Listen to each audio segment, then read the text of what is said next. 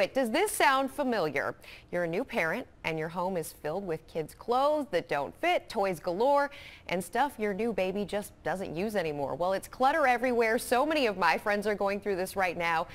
Many of you out there probably are as well. And if instead of storing it, tossing it, or donating it, you'd rather sell it, well, we've got a solution. It is the idea behind Just Between Friends, a franchise that creates bargain stores for all things baby. Shannon Wilburn is the co-founder, and here with her is Kathy Winslow, a franchisee. It's so nice to have both of you with us. We're excited to be here. So explain what this is, Shannon. Okay, so it's a children's and maternity consignment event. So we don't have storefronts. Our franchisees rent a space in the territories where we have franchises, and they advertise to the community to get families who have children's and maternity clothes, toys, and baby equipment that they're ready to get rid of.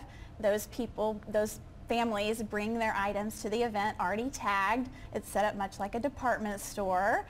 We open to the public and sell things 50 to 90% off retail. The families that participate make 60 to 70% on whatever they're selling. 60 to 70%. And I read in my notes, it's something like $350. The typical sale, if you come in with your stuff, you're going to make $350 on it. Across the country, that's the average, but we have some families that participate that have 3 or 4 kids, and they may make $1,000 or $1,500. It totally depends on how much people bring.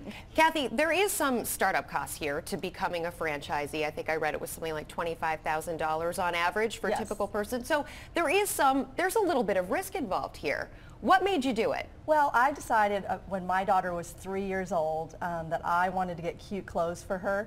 And so my first event was a little bit different because it was actually in my living room. I just cleared all the furniture out, put plastic on the floor, and then had about 30 friends over. So I started small, but now a franchise, can grow a lot quicker than what I did at the beginning. She's now in 70,000 square feet. So we may 70,000 square feet. 70,000 square feet.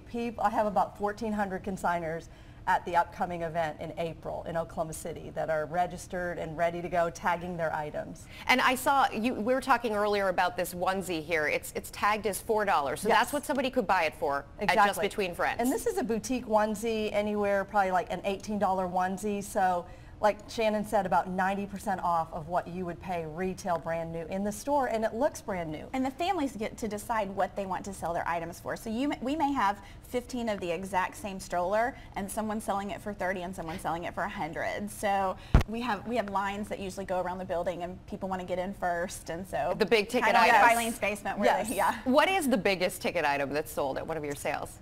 We have high-end diaper bags, believe it or not. Sometimes, I mean, diaper bags are like a purse. Do they say Gucci across them or something? It's like a form of Gucci. Petunia Pickle Bottom is a big brand. Petunia Pickle Bottom. Yes. See, I'm not a mom yet, so I'm sure that's a name I will know someday. Yes, you will learn it all. And strollers. I mean, it's like we have strollers that are like little Cadillacs for kids, so for babies, and the moms go crazy. Like Shannon said, they'll wait in line for up to 2 hours just to be the first to get in the door. So one of the things I'm sure, as all parents are concerned about, especially new parents, recalls. Yes. And these are the kinds of things that happen a lot with car seats. How do you, as a reseller of these goods, protect the consumer? So the great thing about Just Between Friends is that we have an employee only in charge of recalls, and she disperses the information out to the franchisees and to the people in charge of pulling items from the sales floor before we open to the public.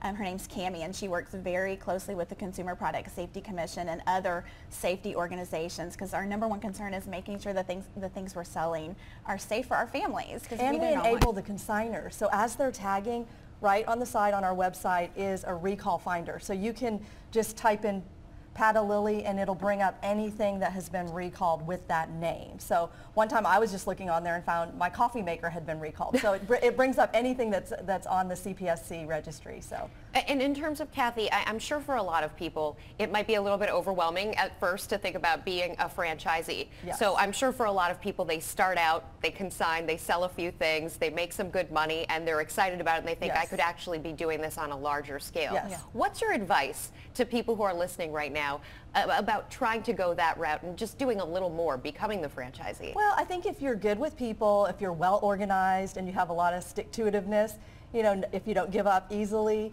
because you'll start off, a little smaller, in a smaller venue, finding the right location, and then getting your closest friends involved, because they will be your biggest cheerleaders.